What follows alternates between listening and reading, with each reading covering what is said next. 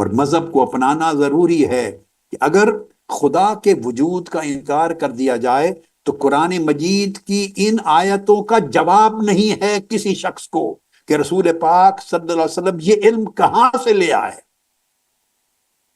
قرآن نے 14 صدیاں قبل، جب انسانیت جہالت کے اندھیرے میں تھی، علم کی کوئی روشنی شرق سے غرب تک نہ تھی، سائنس نہیں تھی، لیبارٹریز نہیں تھی، تحقیقات نہیں تھی، سائنسدان نہیں تھے، زمین کے اوپر نیچے اسٹڈی کرنے کے آلات نہیں تھے، کسی کو کچھ خبر نہیں تھی نیچے کیا ہے۔ صحراؤں کی اس زندگی میں جہالت بھرے دور کے اندر ایک پیغمبر مبعوث ہوتا ہے، خود بھی نہیں پڑھا، اور اللہ کی آیتیں بتاتا ہے کہ مجھ پر قرآن کی وحی نازل ہوئی ہے، اور اللہ نے مجھے بتایا ہے کہ زمین جو پہاڑ اوپر دیکھتے ہو اس سے کئی گنا زیادہ زمین کے اندر گاڑے ہوئے ہیں، اس لیے تاکہ زمین کا گردش کے دوران بیلنس قائم رہے۔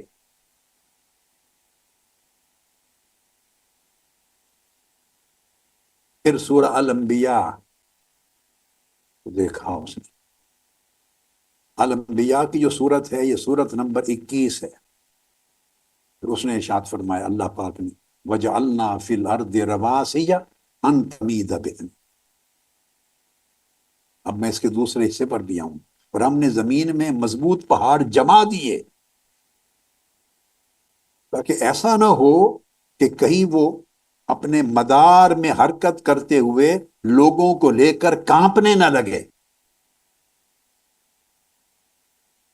جب زمین اپنے مدار کے گرد حرکت کر رہی ہو ایسا نہ لگے کہ وہ کانپ جائے اور کانپے اور انسانی زندگی کا نظام تباہ و برباد ہو جائے، اس لیے ہم نے زمین میں پہاڑ گاڑ دیے، مضبوط جما دیے۔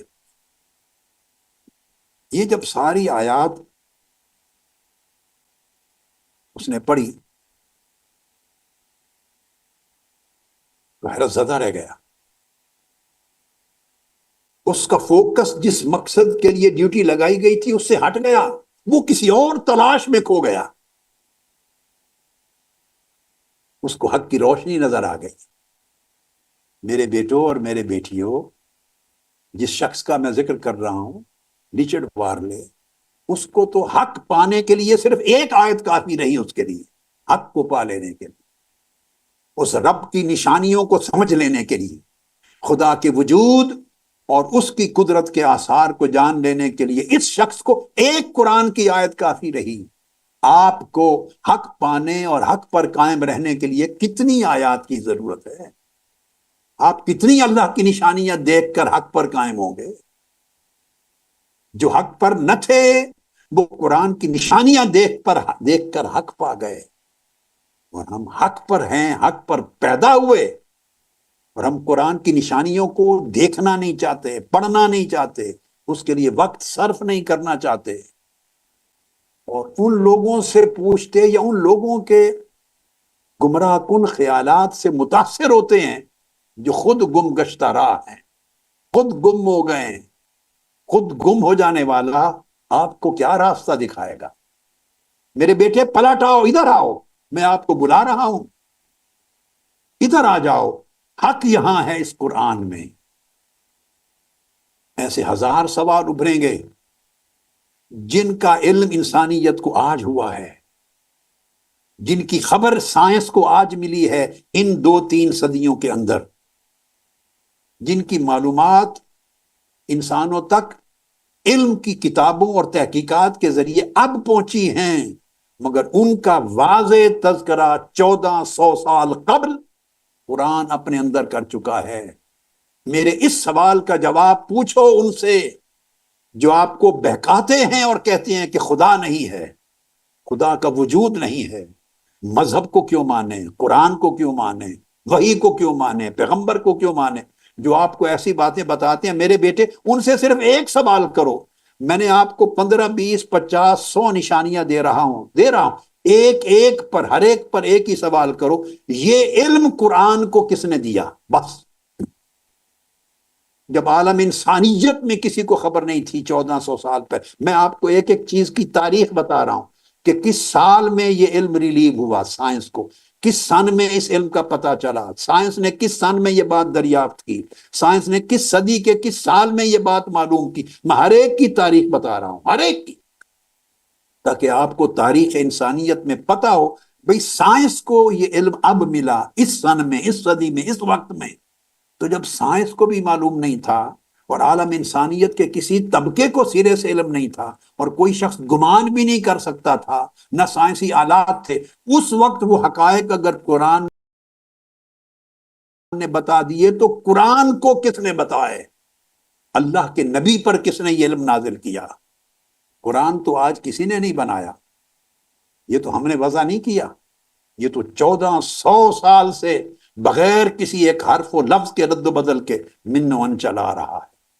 تو قرآن بتاتا ہے کہ خدا ہے، اللہ کی وحی ہے، اور اس کا بھیجا ہوا دین اسلام سچا دین ہے، اور اس کا مبعوث کیا ہوا پیغمبر سچا نبی اور رسول ہے. ورنہ اس کے بغیر ان معلومات کی کوئی توجیہ ممکن نہیں ہے، ایکسپلینیشن اور آنسر ممکن نہیں. اب یہ جو ایک لفظ میں نے بولا، جو میں نے کیا بولا؟ قرآن مجید نے جا بجا کہا ان تمید بہم، کہ کئی زمین حرکت کرتے ہوئے، چلتے ہوئے کانپنے نہ لگے.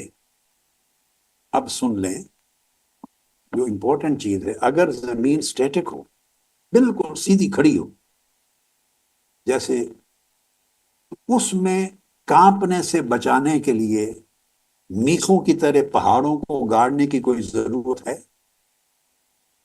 اگر کانپنا ہے تو پہاڑوں کے ہوتے ہوئے بھی کانپ جائے گی، جیسے کبھی زلزلہ آ جاتا ہے. اور اگر نہیں کانپنا تو تب نہیں کانپے گی. یعنی ساکن زمین کو کانپنے سے بچانے کے لیے پہاڑوں کا کیا ریلیونس، کیا کام ہے؟ یہ ساری آیات کریمہ یہ قرآن مجید کی 1400 سال قبل بتا رہی ہیں کہ زمین حرکت پذیر ہے، زمین گردش میں مسلسل تیز رفتاری سے حرکت کر رہی ہے، اور اللہ رب العزت نے اسے بیلنس دینے کے لیے یہاں کئی نظام بنائے ہیں. ان میں سے ایک اندرونی نظام پہاڑوں کا یہ قیام ہے، اوپر اور نیچے جما دینا. اب یہ جو چیز میں نے آپ کو بتائی یہ توجہ طلب ہے. یہ علم آج سائنس ہمیں دے رہی ہے کہ زمین حرکت کرتی ہے، اور کتنی حرکت کرتی ہے، کتنا سفر کرتی ہے، یہ بھی سن لیں. زمین کی 2 طرح کی گردشیں ہیں، حرکتیں 2 طرح کی. ایک بات پہلے زمین کا تعارف حاصل کر لیں کہ زمین ہے کیا، یہ بھی مغالطے ہیں، دور ہو جائیں. یہ میں آپ کو دکھا رہا ہوں، یہ زمین ہے گول، یہ پورا جیسے فٹ بال ہے، گلوب ہے، یہ پوری زمین ہے. یہ آپ دیکھ رہی ہیں، یہ زمین کے اوپر وہ ملک ہیں سارے، اور باقی سارے سمندر ہیں.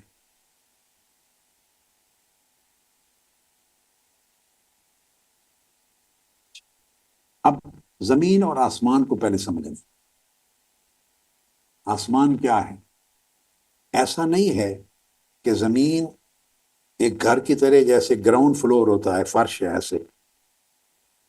فراشہ تو ہمارے رہنے کے لیے بطور فرش استعارتاً فرمایا، ہماری زندگی کے لیے رہنے کی جگہ. مگر جیسے ہمارے گھروں میں گراؤنڈ فلور ہوتا ہے، ایسا نہیں کہ بالکل فلیٹ ہے زمین، ایسے جیسے آپ زمین پہ بیٹھے ہیں فلیٹ ہے، ایسے نہیں ہے. اور اسی طرح آسمان بھی ایسے نہیں ہے جیسے اوپر چھت ہوتی ہے کمرے کی، اس طرح سیدھی چھت ہوتی ہے. تو آسمان بھی اس طرح چھت، ویسے چھت ہے وہ زمین کی اوپر استعارتاً، مگر فلیٹ شکل نہیں ہے. زمین یہ گول ایک گلوب کی طرح ہے، اور آسمان کیا ہے؟ یہ تصویر دیکھیں، درمیان میں زمین نظر آ رہی ہے آپ کو، اور اس کے ارد گرد ایک دائرہ ہے بہت بڑا. وہ میں نے دائرہ لگوایا ہے صرف سمجھانے کے لیے کہ وہ جو دائرہ ہے ارد گرد سفید، سمجھے وہ سارا چاروں طرف آسمان ہے. ابھی تک سائنس کی آنکھ نے اس کی حدیں نہیں دیکھی، آسمان کی حدیں نہیں دیکھی، مگر آپ کو سمجھانے کے لیے دکھایا کہ یہ درمیان میں زمین ہے، اور اس کے چاروں طرف، یہ چاروں طرف گولائی میں آسمان جاتا ہے. اور آپ جو رہتے ہیں، سنیں انٹرسٹنگ بات ہے، آپ اور ہم جو لوگ یعنی پاکستان کی آپ لفظ پڑھ رہے ہیں پاکستان، تو ہم زمین میں یعنی اس طرح جمے ہوئے ہوں، ہمیں نہیں پتہ چلتا، مگر ہم اس طرح معلق ہیں ہوا میں. اور اگر اس طرف سے کھڑے ہو کے زمین کا نقشہ دیکھیں تو ادھر میکسیکو نظر آ رہا ہے آپ کو، امریکہ کے آگے میکسیکو، وہ آپ کی اولڈ سمت میں وہاں رہنے والے لوگ اس طرح ہیں. گویا ادھر والے لوگ انسان اس طرح کھڑے ہیں، اور زمین کے دوسرے کنارے پر اپوزٹ سائڈ پر لوگ اس طرح کھڑے ہیں، اس طرح الٹے. یعنی سر ان کا نیچے ہے، ٹانگیں پاؤں اوپر ہیں. ادھر آپ کا سر اوپر ہے، پاؤں زمین کی طرف. ناروے لکھا ہے سامنے، ناروے میں کھڑے ہوئے ہیں لوگ مثال کے طور پہ اس طرح.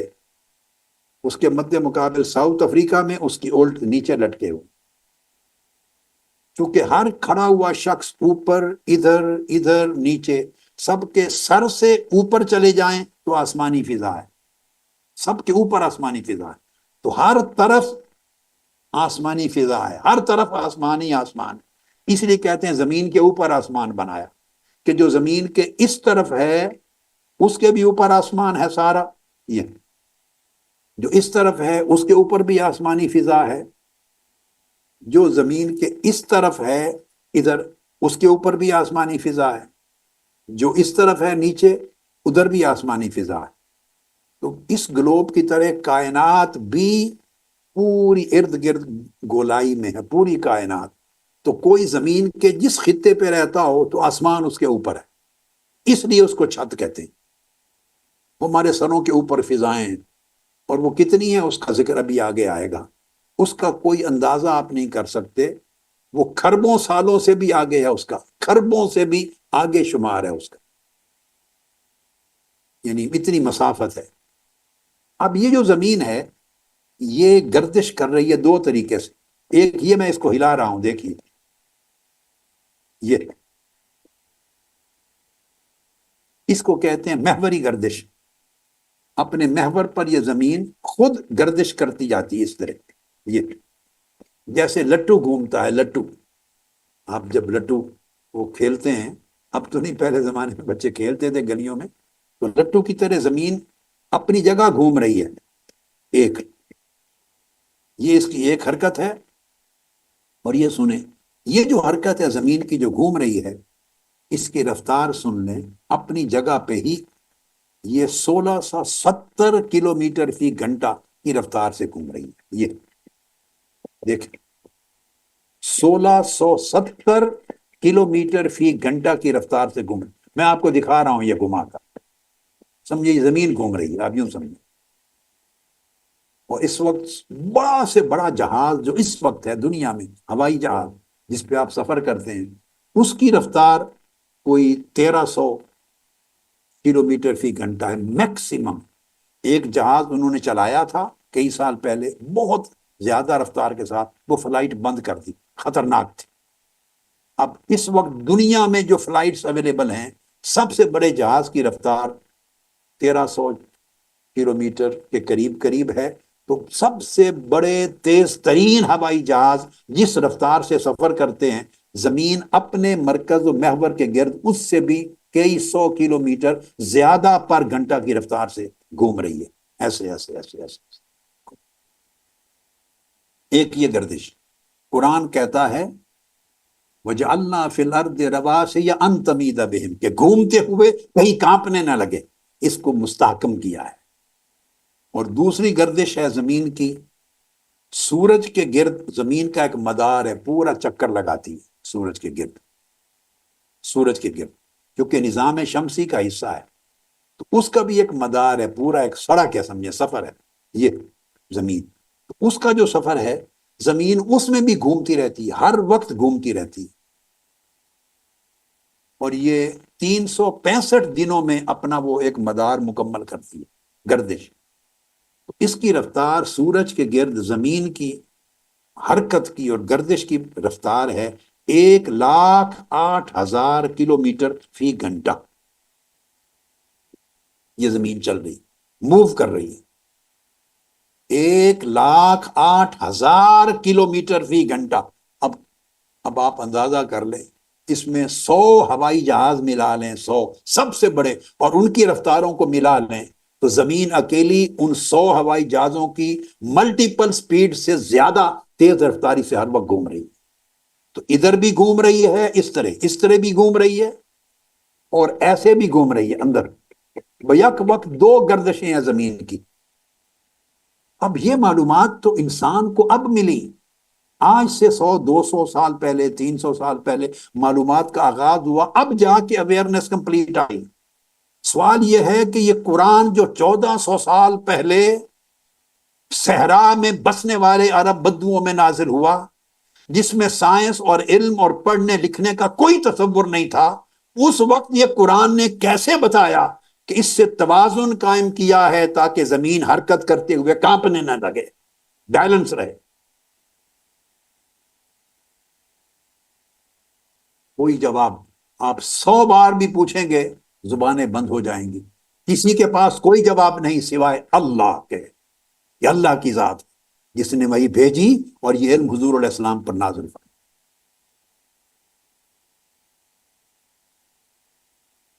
یہ صرف میں نے آپ کو زمین کی 2 گردشیں بتائی ہیں، فقط زمین کی 2۔ اسی طرح چاند بھی گردش کرتا ہے، چاند بھی اسی طرح گردش کرتا ہے، زمین کے گرد بھی کرتا ہے اور زمین کی طرح اپنے محور کے گرد بھی کرتا ہے چاند بھی۔ اللہ کی شان ہے۔ اور وہ چاند اپنا سفر 27 دن، 27.5 پونے 28 دنوں کے قریب مکمل کرتا ہے، تو اگلے دن جا کے جو آپ چاند دیکھتے ہیں وہ زمین کے گرد ایک سفر مکمل کر کے آتا ہے۔ اب بات یہ ہو رہی تھی قرآن مجید کی، اس نے رچرڈ ویرلے کو اچنبھا کیا۔ اس کے بعد وہ کہتا ہے کہ پھر میں پڑھتے پڑھتے قرآن مجید کی ایک اور آیت، اسی طرح ایک اور آیت کریمہ پر پہنچا، وہ سورہ الذاریات کی تھی۔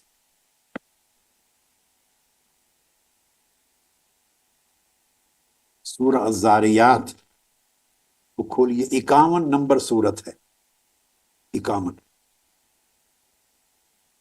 یہ رچرڈ وارلے کی بات بتا رہا ہوں آپ، اور یہ وہ مطالعہ کر رہا ہے سارا 1989، 1990، 91، 92، 3-4 سال مطالعہ کرتا رہا،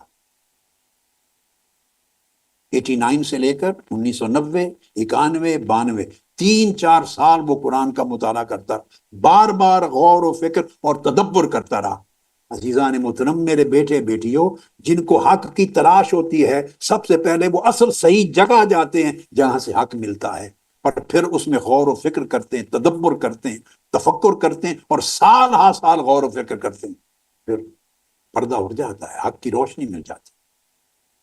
اس نے آیت کریمہ پڑھی، سورہ الذاریات 51 نمبر سورت ہے، 27ویں پارے میں، اور اس کی آیت نمبر 47 ہے۔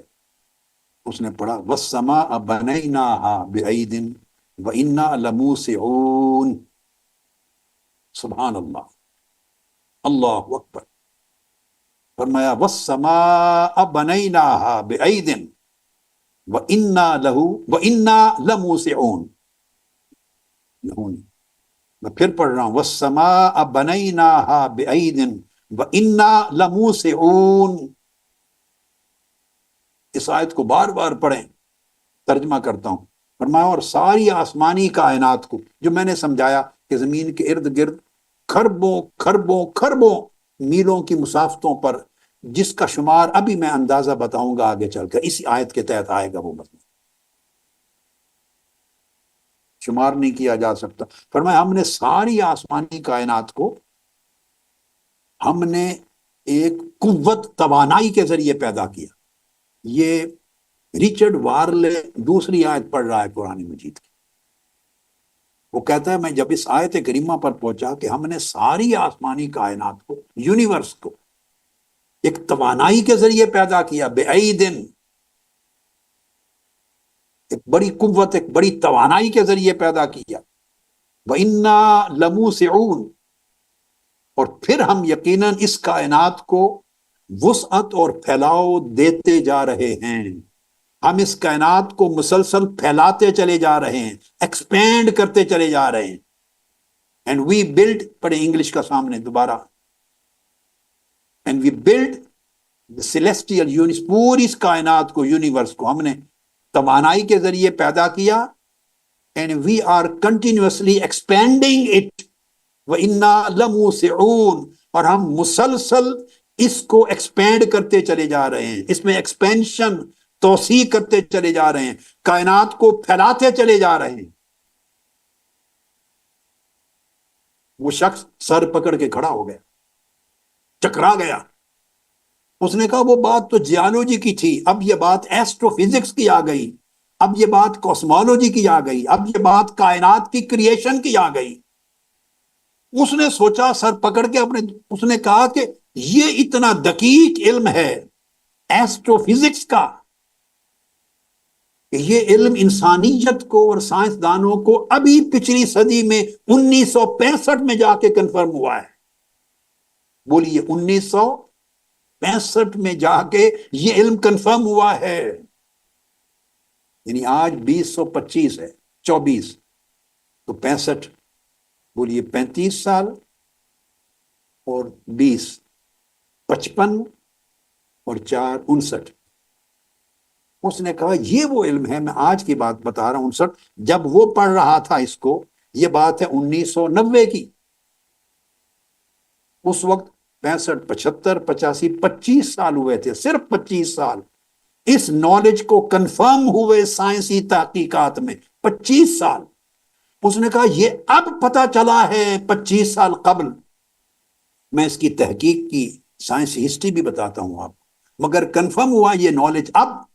وہ کھڑا ہو گیا، اس نے کہا یہ 1400 سال پہلے یہ علم ایسٹرو فزکس کا، کہ کائنات توانائی کے ذریعے پیدا ہوئی اور کائنات مسلسل پھیل رہی ہے، یہ علم محمد مصطفیٰ کو کس نے دیا تھا؟ یہ بات قرآن نے کس طرح کہہ دی؟ قرآن نے یہ بات کس طرح کہہ دی؟ اس پر وہ چونک اٹھا، اس لیے کہ اس کو اس کا علم تھا کہ کائنات کو توانائی کے ذریعے پیدا کیا، اور یہ کائنات مسلسل پھیل رہی ہے، کیونکہ اس علم کی ایک ہسٹری ہے، وہ میں آپ کو بتانا چاہتا ہوں. وہ سوچنے لگا کہ 14 صدیاں قبل کوئی یہ تصور بھی نہیں کر سکتا تھا. 14 صدیاں قبل تو دور کی بات ہے بھائی، وہ اس کا کہنا یہ تھا کہ یہ 200 سال قبل، 200 سال کوئی تصور نہیں کر سکتا تھا کہ کائنات پھیل رہی ہے. اور اس کی تخلیق ایک زوردار توانائی سے ہوئی تھی، قوت سے. میری جو بہنیں زیادہ عمر کی بیٹھی ہیں، ملتان ڈویژن سے، ڈیرہ غازی خان سے، مظفر گڑھ سے، لیا وغیرہ سے، رحیم یار خان اور دور دراز علاقوں سے، ان کو بھی سمجھ آ رہی ہے کہ نہیں؟ ذرا ہاتھ کھڑا کریں. میری وہ بہنیں اونچا ہاتھ کھڑا کریں تو انہوں سمجھ چنگی طرح آ رہی ہے، اچھی طرح سمجھ آ رہی ہے تو انہوں بھی ماشاء اللہ.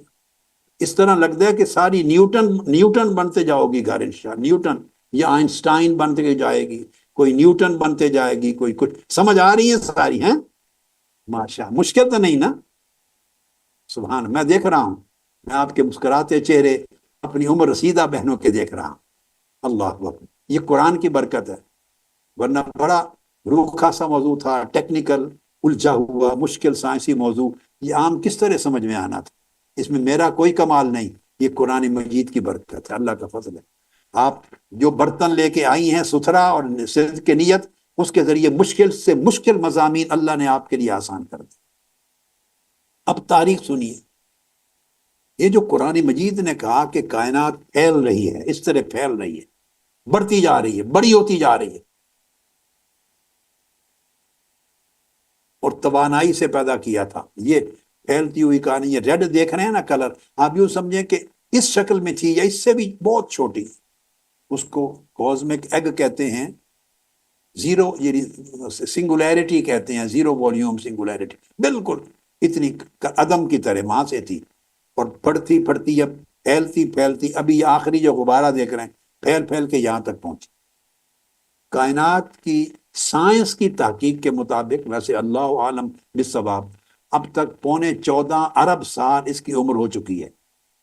سائنسی تحقیق کے مطابق سائنس کی عمر اس وقت 14 ارب سال کے قریب ہے، ہو چکی۔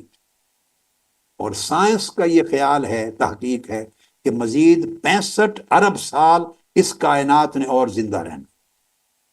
65 ارب، یہ 100 سال کی بات نہیں ہو رہی۔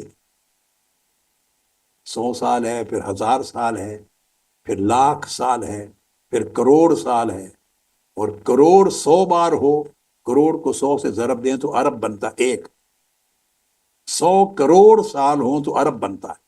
سائنسدان یہ کہتے ہیں کہ مزید 65 ارب سال آگے چلے گی، اور یہ آدھی عمر تک، ابھی میں بتاتا ہوں، یعنی اگر 14 ارب گزر چکے ہیں تو آپ سمجھیں کہ اگلے 65 کو کر دیں تو یہ کوئی لگ بھگ مزید 15 20 25 ارب سال آگے، یا 30 ارب سال تک یہ اس طرح پھیلتی چلی جائے گی۔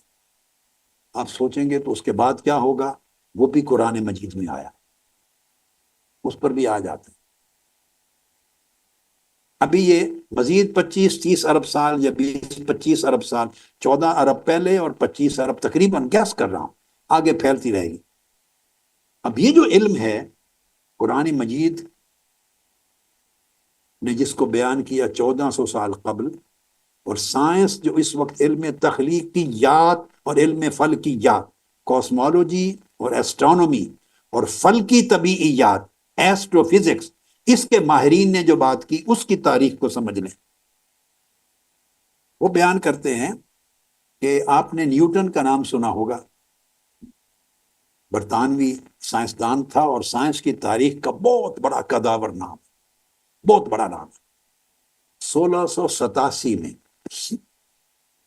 آج ہے 2025، اس سے 100 سال پیچھے جائیں 1925، پھر 1825، پھر 1725، پھر 1625، تو یہ 87 ہے۔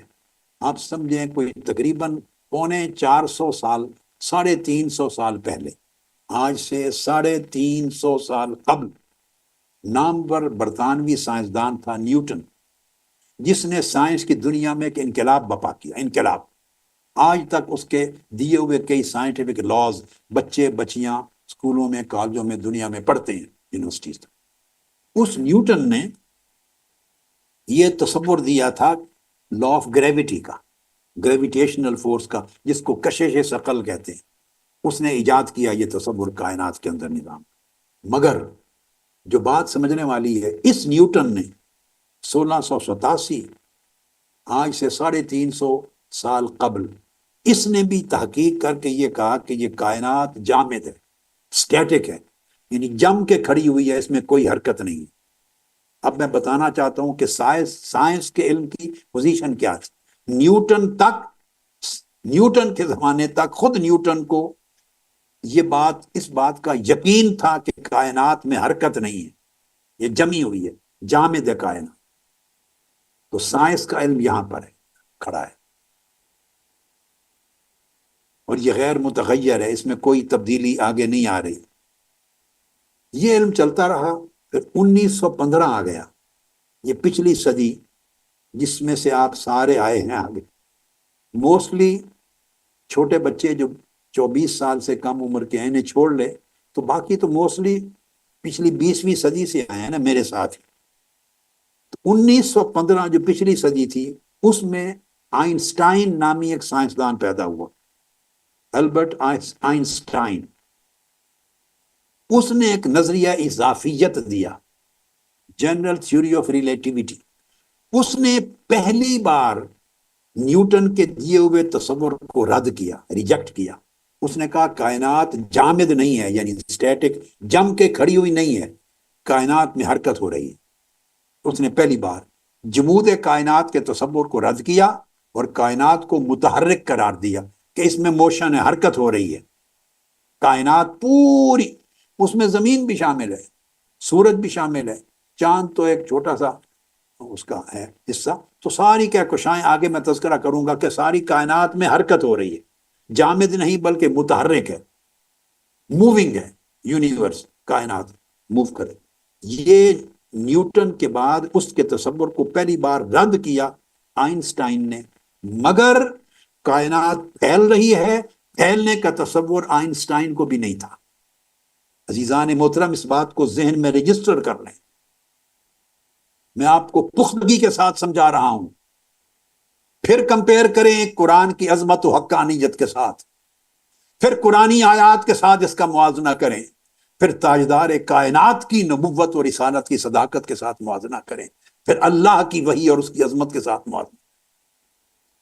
کہ آئنسٹائن نے بھی کائنات کو متحرک ڈکلیئر کر دیا مگر پھیلاؤ تک نہیں پہنچا. اس کی سمجھ میں نہیں آیا، یہاں خاموش تھا. اس کی سمجھ میں نہیں تھا کہ مزید پھیلاؤ تک تو پہنچا نہیں. حرکت ہو رہی ہے تو حرکت کس سمت ہو رہی ہے، کس نوعیت کی. یہ بات اس نے نیوٹن کو رد کر دیا، کائنات کے متحرک ہونے کا نظریہ دے دیا مگر ایکسپلین نہیں کر سکا. اس کے بعد 1929 کا زمانہ آیا. 1929 اس میں ایک سائنسدان، امریکن سائنسدان آیا، ایڈون ہبل. اس نے 1924 سے 1929 تک 5 سال لیبارٹریز میں ریسرچ کی اپنی ٹیم کے ساتھ. ایڈون ہبل نام یاد رکھ لیں. اس نے پہلی بار یہ مفروضہ پیش کیا کہ کائنات متحرک تو ہے ہی جیسے آئنسٹائن نے کہا، مگر لگتا ہے کہ کائنات متحرک ہونے کے ساتھ ساتھ پھیل بھی رہی ہے. یہ 1929 میں ایک مفروضہ، اس کو کہتے ہیں ہائپوتھیسس، ثابت نہیں کیا، ہائپوتھیسس کہتے ہیں. یعنی ایک خیال ظاہر کیا کہ لگتا ہے حالات سے کہ کائنات پھیل رہی ہے 1929 میں. اور آقا علیہ الصلوۃ والسلام کس وقت ہوتے اس دنیا میں؟ بولیے. 1929 سے 1400 سال قبل میرے آقا کروڑ نیوٹن آپ کے قدموں کی دھول پر قربان. میرے آقا کروڑوں آئنسٹائن آپ کے جوڑوں پر قربان.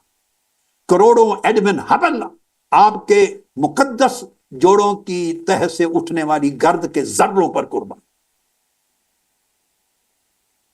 سائنس سجدہ ریز ہے میرے آقا آپ کے عطا کردہ علم کے آگے. ایڈون ہبل نے 1929 میں خیال ظاہر کیا، مفروضہ، کہ لگتا ہے کیلکولیشن سے، سائنٹیفک کیلکولیشن کے، کہ زمین حرکت پذیر تو ہے مگر پھیل رہی ہے، زمین پھیل رہی ہے. اس کا پہلی بار مفروضہ آیا ہے 1929 میں. یہ 1924 سے اس کی ریسرچ شروع ہوئی 1929 تک. یعنی کائنات کی وسعت پذیری کا یہ جو قانون بنا، ریڈ شفٹ اس کا نام رکھا گیا، ریڈ شفٹ. اور اس کو کہتے ہیں ہبلز لا. فاصلوں کی درستگی کو قانون ہبل کہتے ہیں، ہبلز لا. اس نے ثابت کیا جا کر کہ کائنات پھیل رہی ہے 1924 سے 1929 کی تحقیق میں. اور پھر یہ لا پختہ ہو گیا، پختہ اصول بنا. اس کو ہبلز کانسٹنٹ بھی کہتے ہیں ایسٹرو فزکس کی زبان میں. اب جو اگلا سوال پیدا ہوتا ہے، اگلا جو سوال توجہ طلب ہے، وہ یہ کہ یہ ایفرٹ کرتے، سٹرگل کرتے، جد و جہد کرتے، اتنا زمانہ لگا ہے. نیوٹن تک معلوم نہیں تھا، آئنسٹائن تک کو معلوم نہیں تھا.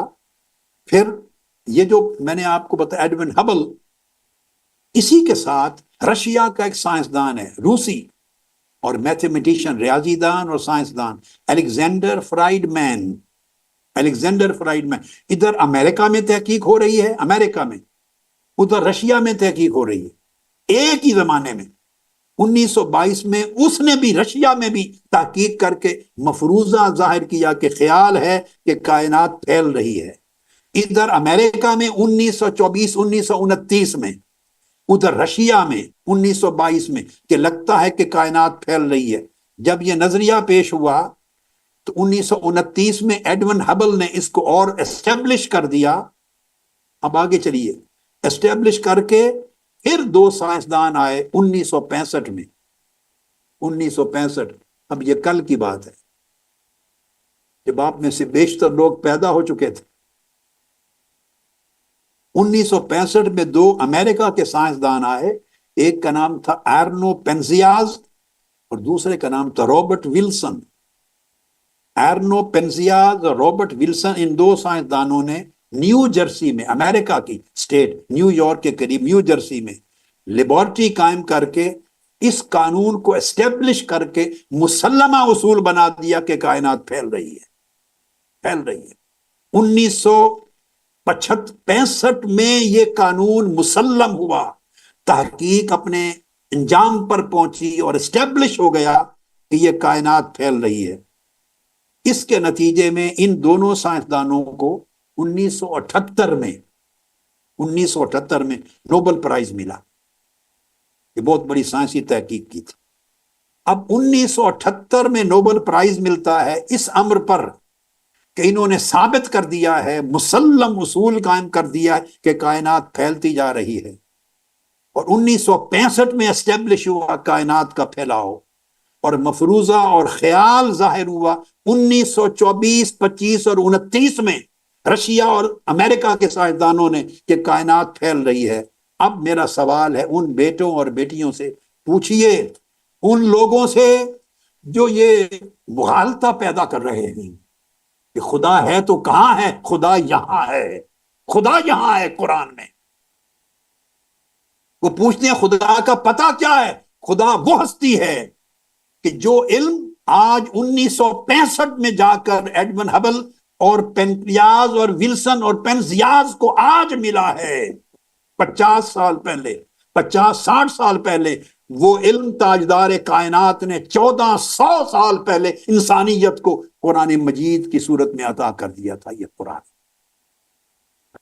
یہ خدا ہے جس نے یہ وحی اپنے پیغمبر پہ کی. یہ خدا ہے جس نے علم ریویل کیا تاجدار کائنات کو.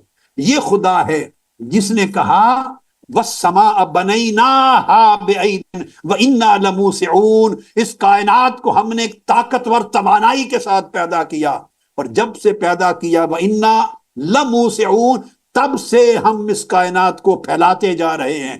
کائنات پھیل رہی ہے، پھیل رہی ہے. کائنات کے ایکسپینشن کا یہ دیکھیے کوئی ترجمہ ایسا نہیں جو میں نے کر دیا ہو، بڑا واضح لفظ ہے. لَمُوسِعُونَ وسعت سے ہے، وسعت، توسیع، پھیلاؤ. ایسا نہیں کہ کسی نے ترجمہ بنا کے گھڑ دیا ہو. And we are continuously expanding it, اور ہم اس کو پھیلاتے چلے جا رہے ہیں. وہ خدا ہے جس نے 14 صدیاں قبل اپنے محبوب اور مکرم پیغمبر کو کائنات کے پھیلتے چلے جانے کی اطلاع دی. وہ خدا ہے جس نے کہا کہ میں اپنی پیدا کردہ توانائی اور قانون فطرت کے ذریعے اس ساری کائنات کو پھیلاتا جا رہا ہوں. وہ خدا ہے جس نے یہ حقائق اس وقت بیان کیے جب عالم انسانیت میں کوئی تصور نہیں کر سکتا تھا، اور جب مکہ کی سرزمین پر تاجدار کائنات صلی اللہ علیہ وآلہ وسلم کائنات کے پھیلاؤ کو، ایکسپینڈنگ یونیورس کا تصور سورہ زاریات کی آیت نمبر 47 کے ذریعے دے رہے تھے، اس کے 1300-1400 سال بعد تک سائنسدانوں کو خبر نہیں تھی کہ کائنات پھیل رہی ہے یا نہیں.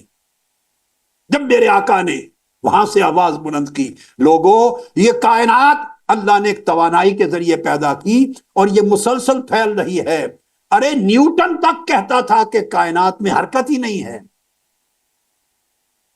جامد ہے. آئنسٹائن کہتا تھا کہ حرکت ہے مگر پھیلاؤ کی آئنسٹائن کو خبر نہیں تھی. یہ دو سب سے بڑے نام ہیں، اس پچھلی صدی کا سب سے بڑا نام آئنسٹائن، جس کا تاریخ سائنس میں ایک بہت قداور نام ہے. ارے یہ تو 1965 میں، 1922 سے تحقیق شروع ہوئی، 1922 سے، اور 1965 میں جا کے ختم ہوئی، جس پر دنیا نے نوبل پرائز دیا 1975 میں ان کو، کہ انہوں نے ثابت کر دیا ہے 50 سال کی تحقیق میں کہ کائنات پھیل رہی ہے. ارے ان کو تو نوبل پرائز مل گیا. کائنات کے پھیلاؤ کو دریافت کرنے پر مگر سوچیں میرے بیٹے بیٹیوں، آپ یہ پرائز اور انعام اللہ کی بارگاہ سے کب لیں گے؟ جب قرآن بتا رہا ہے 14 صدیاں قبل کہ ہم اس کائنات کو پھیلاتے چلے جا رہے ہیں، اور اس وقت بتایا جب کوئی تصور بھی نہیں کر سکتا تھا، اور کس طرح پھیلاتے جا رہے ہیں اور کتنی پھیلی ہے کائنات۔ اب اس کی وسعتوں کا، بے کرام وسعتوں کا اندازہ بھی نہیں کسی کو۔ ہم ایک چھوٹی سی ہے زمین جس میں ہم رہتے ہیں، ایک چھوٹا سا خطہ ہے جس میں ہم رہتے ہیں، اور آپ دیکھیے اس زمین کے علاوہ عالم یہ ہے کہ ایک نظام شمسی ہے جس میں زمین ایک چھوٹا سا سیارہ ہے۔ وہ زمین اس نظام شمسی میں حرکت کر رہی ہے، ساتھ حرکت بھی کر رہی ہے اور ساتھ ساتھ پھیل بھی رہی ہے۔ قاعدہ یہ ہے کہ جتنی کہکشائیں اور کائنات کے موجودات ہیں وہ حرکت بھی کر رہے ہیں، ہر شے متحرک ہے اپنے اپنے مدار میں، اور ساتھ ہی ساتھ وہ پھیلتی بھی جا رہی ہے، ہر ایک کا مدار پھیل رہا ہے، باہر باہر باہر ہٹتا چلا جا رہا ہے، کائنات کی ہر کہکشاں میں پیداو آ رہا ہے۔ سولر سسٹم ہے جس کا حصہ ہے زمین، وہ 8,28,000 کلومیٹر فی گھنٹہ نظام شمس سے بھی حرکت کرتا ہے، ایک سورج نہیں۔ اندازہ کر لیں جس نظام شمسی کے اندر پورا سورج ہے، جس کے نام سے ہم سولر سسٹم کہتے ہیں، وہ 8,25,000 کلومیٹر فی گھنٹہ سفر کر رہا ہے، اور سورج کتنا ہے؟ 14,00,000 کلومیٹر اس کا قطر ہے۔ سورج 14,00,000، زمین کا 12,500 کلومیٹر کے قریب قطر۔ قطر کہتے ہیں ایک کونے سے دوسرے کونے اس طرح پوری آپ خط بنا لیں، جبکہ سورج کا 14,00,000 کلومیٹر قطر ہے، اور زمین اس سورج سے 15 کروڑ کلومیٹر کے فاصلے پر ہے۔ زمین سورج سے 15 کروڑ کلومیٹر کے فاصلے پر ہے۔ آپ اندازہ کریں کہ کتنی وسعت ہو چکی ہے۔ لموسعون، ہم اس کو پھیلاتے جا رہے ہیں۔ اور شروع کہاں سے ہوئی تھی؟ یہ بھی انہی سائنسدانوں کو پتہ نہیں۔ شروع ایک ٹکڑے سے ہوئی تھی، ایک جگہ سے، اور وہ بھی قرآن۔ یہ سارا نالج ایک ہے جو میں نے بتا دیا۔ 1922 سے لے کے 1965 تک یہ ایسٹرو فزکس کی ساری ایک ہی تحقیقات، اسی میں انہوں نے یہ بھی دریافت کیا، اسی نے تحقیقات میں، کہ کائنات کی بگننگ کیسے ہوئی۔ ابتدا کائنات کی ہوئی جو قرآن مجید میں فرمایا اولم یر الذین کفروا ان السماوات والارض کانتا رتقا ففتقناہما، سورہ الانبیاء کی آیت نمبر 30۔ یہ آج سائنس نے بتایا، جو میں نے آپ کو ہسٹری دے دی ہے اس میں یہ بھی شامل ہے۔ ہسٹری میں 1922 سے لے کر 1965 تک، یہ جو 50 سال کی ہسٹری ہے پچھلی صدی میں، اس میں یہ بھی دریافت ہوا کہ یہ ساری کائنات جو توانائی سے پیدا ہوئی، اس کی بگننگ ایک دھماکے سے ہوئی تھی۔ اب اس کے مختلف سائنسی توجیہات ہیں، ماڈلز ہیں، بگ بینگ کہتے ہیں۔ میں بگ بینگ کے لفظ کی بات نہیں کر رہا، مختلف ماڈلز ہیں، 7 مختلف توجیہات ہیں سائنس میں، 7 توجیہات الگ الگ، مگر یہ کہتے ہیں کہ بالکل ایک ذرے سے بھی چھوٹے، ایک یونٹ کی طرح چھوٹے سے ایک کائنات، ایک ساری کائنات ایک ذرے کی طرح جڑی ہوئی تھی۔ ایسے زمین، آسمان، کہکشائیں، ستارے، سیارے، ساری کائنات ایسے جڑی ہوئی تھی ایک ذرے کی طرح۔ اس کو کوزمک ایگ کہتے ہیں، کائناتی انڈا، کائناتی انڈا چھوٹا سا۔ یہ سائنس کہتی ہے آج۔ اب توجہ کریں، بڑی اہم بات آنے والی ہے، اور یہ اسی عرصے میں معلوم ہوا، 1965 وغیرہ کے عرصے میں، جن کے میں نے حوالے دیے، امریکہ، نیو جرسی کی لیبارٹریز میں معلوم ہوا کہ اچانک دھماکہ ہوا اور وہ انڈا پھٹ گیا۔ اس سے سارے ستارے، سیارے، کہکشائیں اور یہ کائناتیں بننے لگ گئیں۔ اس کی الگ الگ تعبیرات ہیں، اس میں نہیں جاتا۔ 7 ماڈلز میں نے آپ کو بتا دیے نا، وہ سائنس وہ کوئی بھی ماڈل ہو، یعنی الگ الگ سائنسدانوں نے ریسرچ کی نا، تو فرائڈ مین ماڈل ہے، بگ بینگ ماڈل ہے، ایڈون ہبلز ماڈل ہے، پینزیاز ماڈل ہے، نیو انفلیشنری ماڈل ہے، کیوٹک انفلیشنری ماڈل ہے، سنگولیرٹی ماڈل ہے. مطلب ہے یہ مختلف نظریات ہیں، مگر ایک بات پر سب متفق ہیں، ایک بات پر کہ ایک انڈے کی طرح ایک چھوٹا سا حجم تھا، قد عدم، اچانک ایک دھماکہ ہوا قوت سے زوردار، اور کائنات، اور وہ انڈا پھٹا اور کائنات بننے لگ گئی. انما امرہ اذا اراد شیئا ان یقول لہ کن فیکون. امر ہوا اللہ کا، کن فیکون، پھر کائنات بننے لگ گئی. انا لموسعون، پھر کائنات پھیلنے لگ گئی، اور پھیلتے پھیلتے پھیلتے اس جگہ تک جا پہنچی جو آج سائنس جس کو بیان کرتی ہے. سوال یہ ہے امرہ کن فیکون، یہ آج پینزیاز اور ایڈون ہبل کی تحقیقات کے بعد قرآن نے نہیں کہا. یہ تو سائنس پیدا نہیں ہوئی تھی جب قرآن مجید نے 1400 سال پہلے اللہ کے اس تخلیقی عمل کو بیان کیا، اور پھر فرمایا کہ یہ وہ پیدا ہوئی اور اس کے بعد پھیلتی چلی گئی کائنات، پھیل پھیل کے یہاں تک پہنچ. یہ نظریہ تو اب قرآن کو سن لیجیے. جب آپ نے نظریہ سن لیا کہ اس طرح کائناتیں وجود میں آئیں، میں آپ کو اس کو تھوڑا سا یہ بھی بیان کر دوں. سائنسدان یہ کہتے ہیں، جو آج کی سائنس ہے وہ یہ کہتی ہیں کہ 1949 میں ایک پیلومر آبزرویٹری، ایک لیبارٹری ہے پیلومر آبزرویٹری، یہ کیلیفورنیا میں امریکہ میں قائم ہوئی، امریکہ میں 1949 میں، اور اس کے ذریعے آسمانی ساری کائنات کا مشاہدہ کیا گیا بڑے الیکٹرانک دوربینوں کے ساتھ، اور وہ کائنات کو پڑھنے لگے سائنسدان. قرآن اترا ہے 14 صدیاں پہلے، جب آبزرویٹری نہیں تھی، جب اسٹرانومی نہیں تھی، جب کاسمولوجی نہیں تھی، جب فزکس اور ایسٹرو فزکس نہیں تھی، جب دوربینیں نہیں تھیں. اترا ہے قرآن اس زمانے میں جب تصورات ہی نہیں تھے سائنسی اور کائناتی مشاہدے کے. اور پھر 1990 میں امریکہ میں ہبل آبزرویٹری نصب ہوئی ایڈون ہبل کے نام پر. 1990 مطالعہ کر کے سائنس اس نتیجے پر اب جا کر پہنچی کہ کائنات ایک دھماکے سے پیدا ہوئی تھی، اور شروع میں یہ جڑا ہوا ایک انڈے کی طرح سب کچھ جڑا ہوا تھا، بس اور کچھ نہیں تھا. اور اس کو بگ بینگ کا نام دیتے ہیں، جس کا میں نے کہا کہ 7 مختلف تعبیرات کرتے ہیں، ہم میں ان تعبیرات اصطلاحات سے سروکار نہیں ہے. ایک امر پہ سب متفق ہیں کہ وہ ایک ذرے سے، ایک ایگ سے پھٹی اور کائنات بنی.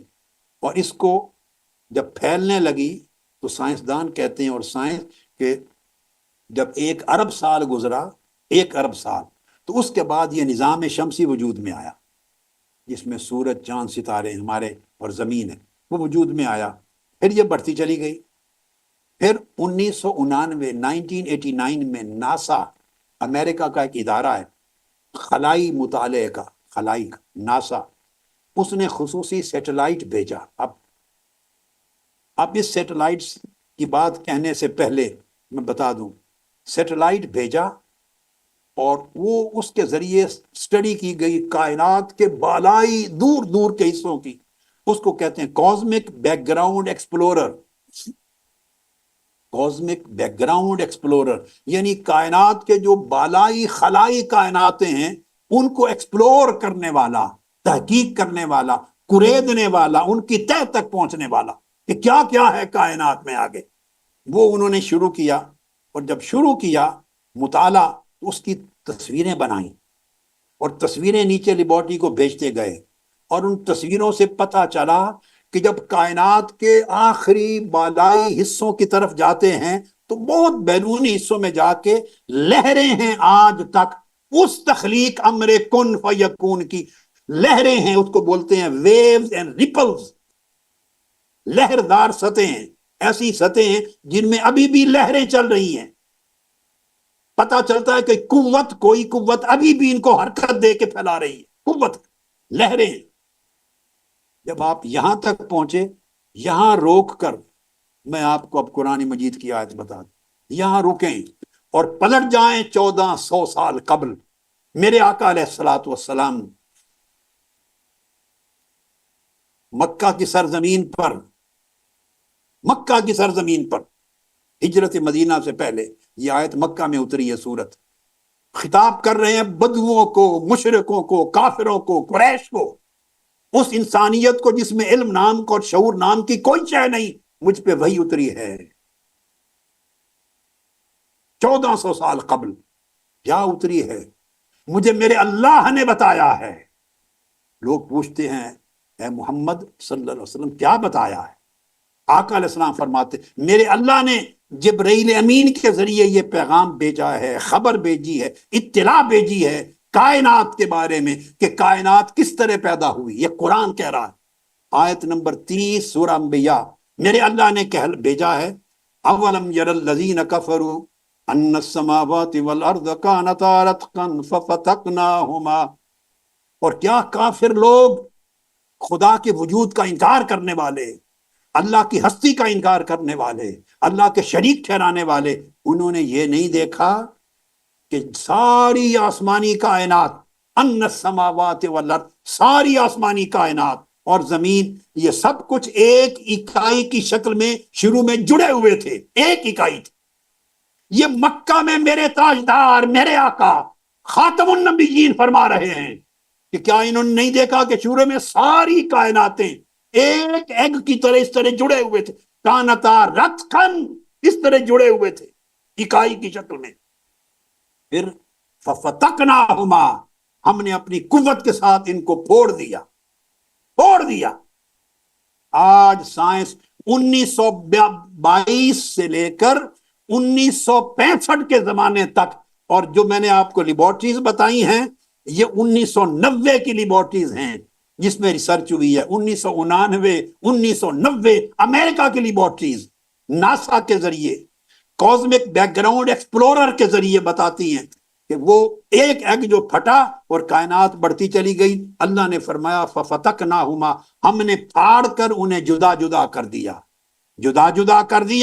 اور ادھر یہ ارشاد فرما کر پھر وہی اتری ہے. میرے آقا نے فرمایا کہ صرف ایک ایگ اکائی کی شکل میں ہی نہیں تھی، پھر ہم نے قوت کے ساتھ اسے پھاڑا اور پھاڑ کے جدا جدا کیا، کائناتیں وجود میں آ گئیں.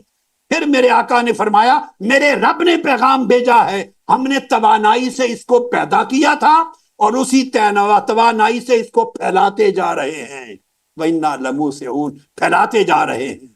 اللہ اکبر. میرے عزیز بیٹے بیٹیوں، اس سے بڑھ کر خدا کے وجود کی اور کیا دلیل چاہیے؟ اس سے بڑھ کر خدا کی ہستی کا اور کیا ثبوت چاہیے؟ اس سے بڑھ کر مذہب دین اسلام کے سچا ہونے کی اور کیا دلیل اور شہادت چاہیے؟ اب یہ جو آقا علیہ السلام نے فرمایا کہ ان کو طاقت سے پھوڑ دیا اور پھوڑنے کے بعد اس کائنات کو پھیلاتے جا رہے ہیں، اس پر آگے میں سائنس کا ایک جملہ بتانا چاہتا ہوں. اب پھر آ جائیے ناسا پر، امریکہ کی 1989 کی اس ادارے کی تحقیقات پر. اور جب یہ تحقیقات کی تو انہوں نے کہا کہ یہ اوپر پہنچے تو دیکھا کہ کائنات کے بیرونی بالائی حصوں پر لہریں ہیں، لہریں.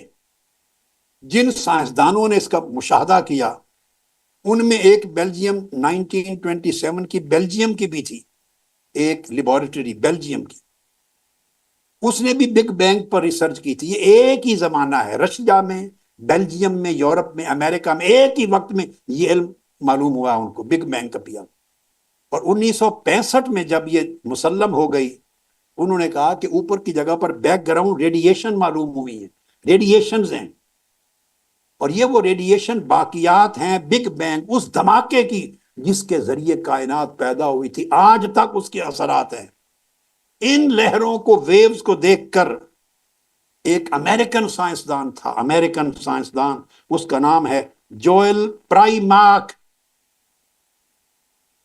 جوئل پرائماک، وہ جب اس نے آبزرویٹری کے ذریعے ان لہروں کا مشاہدہ کیا تو وہ کھڑا ہو گیا. اس نے کہا کہ میں آپ کو حلفاً کہتا ہوں یہ لہریں مجھے خدا کے ہاتھ کی تحریریں لگتی ہیں، خدا کے ہاتھ کی تحریریں. اس سائنسدان نے کہا the ripples are no less than the hand writing of God. اور کوئی چیز سائنس کی سمجھ میں نہیں آتی سوائے اس کے کہ یہ اللہ کے ہاتھ کی تحریریں ہیں، یعنی اس کی تخلیق کی شہادتیں ہیں۔ وہ خلاق عالم ہے، خالق کائنات، اس نے تخلیق کیا کائنات اور اس نے اس کو پھیلاؤ دیا، یہ اس کی تحریریں ہیں۔ پھر 2006 میں ایک اور امریکی سائنسدان جو پیدا ہوا تھا 1945 میں، جارج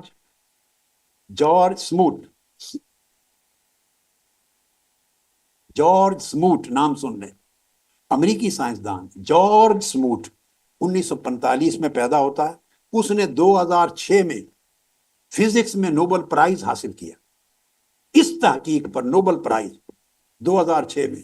ارے جو حقائق قرآن نے بیان کیے 1400 سال قبل، ان کی تصدیق کر کے سائنسدان نوبل پرائز لے رہے ہیں، ان کی تصدیق کر کے نوبل پرائز لے رہے ہیں۔ اس نے کاسمک بیک گراؤنڈ ایکسپلور کر کے اس نے کہا کہ یہ جو خلا میں لہردار سطح ہیں یہ بگ بینگ کی باقیات ہیں، اور اس نے 1992 میں یہ اناؤنس کیا، ریسرچ اناؤنس کی، اور اس نے کہا ڈسکوری آف ریپلز کی اناؤنس کر کے اس نے کہا کہ یہ جو باقیات لہردار سطحیں لہریں نظر آ رہی ہیں ریڈیشن کی، وہ کہتا ہے کہ it looks like seeming the face of God, ایسے لگتا ہے میں خدا کا چہرہ دیکھ کے آ رہا ہوں۔ جارج سموٹ کہتا ہے وہ بالائی کائنات کے اوپر کے حصوں کی لہریں دیکھ کر ایسے لگتا ہے کہ خدا کا چہرہ دکھائی دے رہا، یعنی خلاق عالم کی نشانیاں دکھائی دے رہے ہیں، اس کائنات کو بنانے اور پھیلانے والے کی آیات نشانیاں دے رہی ہیں۔ یہ اس نے اپنا آرٹیکل لکھا، اور آرٹیکل ہے God for the 21st century. میں آرٹیکل کا نام دے رہا ہوں God for the 21st century. ٹیمپلٹن press نے چھاپا، مئی 2000 میں چھپا، اور اس کی کتاب ہے جس میں یہ آرٹیکل ہے، اس کا صفحہ 153 ہے، 153، جس میں کہتا ہے کہ یہ چیزیں دیکھ کر لگتا ہے کہ خدا کا چہرہ دیکھ لیا۔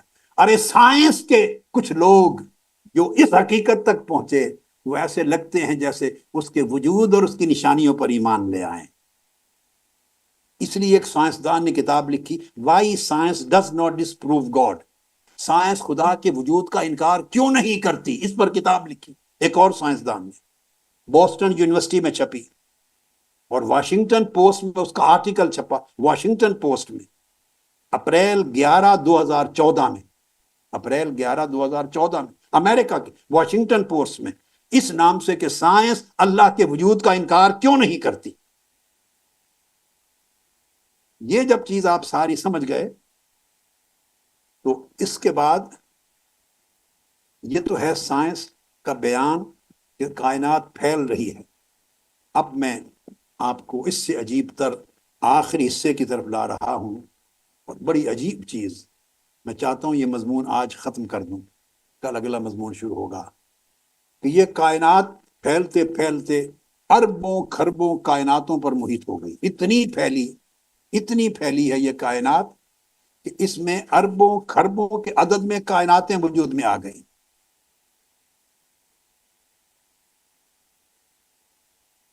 اور یہ تمام کائناتیں جو کہکشاں بن گئی ہیں، ہماری زمین جس کہکشان میں ہے، سولر سسٹم سے باہر، نظام شمسی سے باہر جس کہکشاں میں، اس کو ملکی وے گلیکسی کہتے ہیں۔ ملکی وے، وہ جو ملکی وے گلیکسی ہے، ہماری زمین اس کہکشاں کا حصہ ہے۔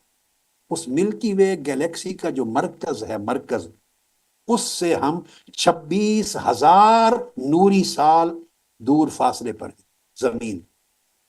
ہماری گلیکسی چھوٹی سی کہکشاں، ایک کہکشاں جس کے اندر نظام شمسی ہے اور اس کے اندر زمین ہے ایک چھوٹا سا حصہ، وہ اس کہکشاں کے مرکز سے 26,000 نوری سال کے فاصلے پر ہے۔ اب آپ سوچیں گے نوری سال کتنا فاصلہ ہوتا ہے؟ جینوئن سوال ہے۔ نوری سال کا فاصلہ سن لیں، 94.6 ارب کلومیٹر، یہ ایک نوری سال کا فاصلہ ہے۔ آپ موٹا عدد اگر یاد رکھنا چاہیں تو 5 کم، یعنی 100 کھرب سے کچھ کم، 100 کھرب سے، کھرب میں ارب نہیں بول رہا ہوں، کھرب بول رہا ہوں، 100 ارب کا ایک کھرب ہوتا ہے، اور 100 کھرب سے کچھ کم کلومیٹر ہے، یہ فاصلہ 1 نوری سال کا ہوتا ہے، ایک. اور ہماری زمین اپنے کہکشاں کے مرکز سے 26,000 نوری سال کے سفر پر ہے. یہ اس کہکشاں کا عالم ہے. لموس اون کی شان کیا ہوگی. ہم نے کائنات کو بنایا اور پھیلایا اور پھیلاتے جا رہے ہیں، پھیلا پھیلا کے اس رب کی قدرت نے کتنا بڑا بنا دیا کائنات. اور ہمارا جو نظام شمسی ہے، سورج کا پورا نظام، یہ بھی رفتار ہے اس کی سفر کرنے کی، گردش کرنے کی. 4,47,000 میل فی گھنٹہ نظام شمسی گردش کرتا ہے. اور ہماری جو کہکشاں ہے ملکی وے، یہ 6 لاکھ میل فی گھنٹہ، 6 لاکھ میل فی گھنٹہ. جو فرمایا نا لمو سے اون پھیلاتے جا رہے ہیں، اس کے مرکز میں جو خالی جگہیں ہیں، خالی جگہیں اس گلیکسی میں، ملکی وے میں، ان خالی جگہوں سے دور ہوتی جا رہی ہے، دور. یعنی فاصلہ بڑھتا جا رہا ہے، اور فاصلہ بڑھنے کی رفتار 6 لاکھ میل فی گھنٹہ. فاصلہ بڑھ رہا ہے. انا لموسعون کا منظر ہے جو سائنس بتا رہی ہے. یہ صرف ہماری کہکشاں کا فاصلہ 6 لاکھ میل فی گھنٹہ بڑھتا جا رہا ہے. اور یہ جو ملکی وے ہے ہماری، اس کا بھی ایک مدار ہے. اس کہکشاں کا وہ پورے مدار کا سفر مکمل کرتی ہے. وہ ہماری کہکشاں 2.5 ارب سالوں کے اندر، کہکشاں بھی موو کر رہی ہے. 2.5 ارب سال میں اس کا ایک چکر مکمل ہوتا ہے، ایک سفر کا چکر مکمل. اور ہماری اس کہکشاں جس میں ہم ہیں، اس طرح کی 200 سے لے کر 2000 ارب ستاروں تک کہکشاں، ساری کائنات مشتمل ہے. اور اندازہ یہ ہے کہ ساری کائنات جو ہے، اس کی جو کہکشائیں ہیں، وہ بھی کل کہکشائیں، وہ بھی 1 کھرب سے 2 کھرب تک کہکشائیں ہیں کائنات. میں نے ایک کہکشاں کا ذکر کیا. 1 کھرب سے 2 کھرب، کئی سے بھی زیادہ بولتے ہیں، اتنی کھربوں تک کہکشاؤں کا عدد ہے. اور یہ ساری کائنات کا عدد ہے. اب 14 ارب سال ہو گئے اس کو پھیلتے ہوئے. سمجھیں کہ آگے بھی کوئی 14-20 ارب سال لگیں گے، پھیلتی جائے گی، پھیلتی جائے گی، پھیلتی جائے گی. اب آ جائیں بڑے دھیان کے ساتھ، اگلی چیز آ رہی ہے. اور میں چاہوں گا کہ پھر اللہ کی عظمت کو سلام کریں. اللہ اکبر. پھیلتی جا رہی ہے. یہ سب کو معلوم، سائنس دانوں نے آج دریافت کیا، آج سے 50 سال پہلے دریافت کیا. اسی دوران دریافت کرتے کرتے سائنس اس نتیجے پر پہنچی کہ ایک چیز پھیلنے کی گنجائش نہیں رہے گی، یعنی قوت توانائی نہیں رہے گی، تو اس کا پھیلاؤ رک جائے گا. یہ سائنس آج ان 50 سالوں میں سائنس بتا رہی ہے. یہ روئے زمین کی ایڈوانسڈ سائنس ہے.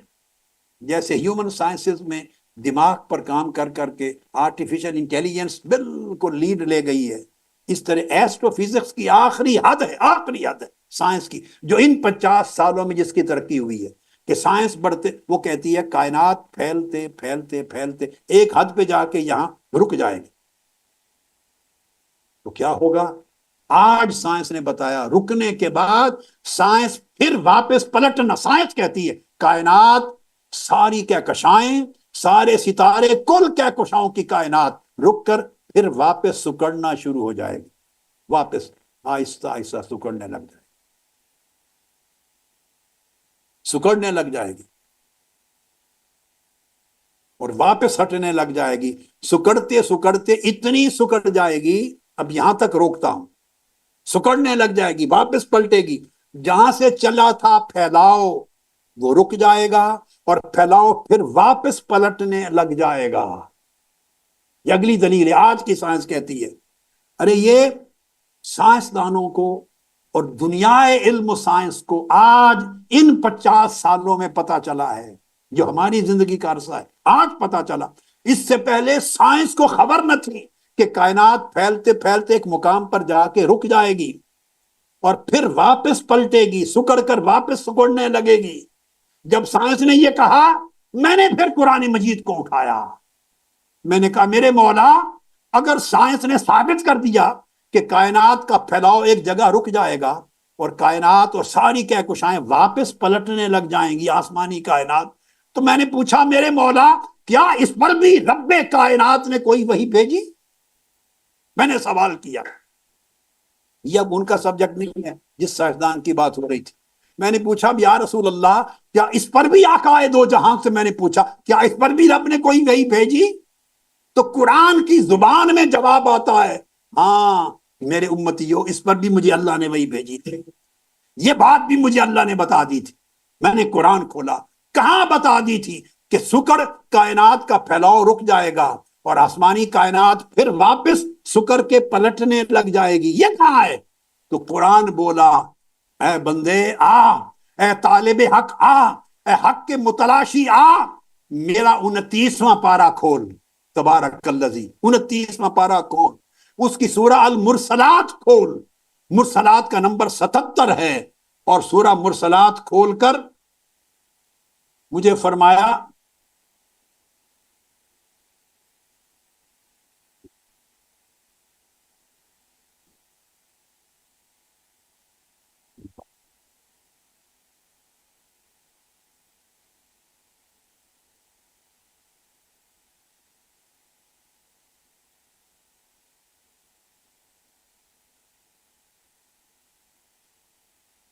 سورہ طارق ہے بیٹے میرا خیال، ہاں تو مجھے قرآن مجید سے آواز آئی نا طارق بیٹے میں.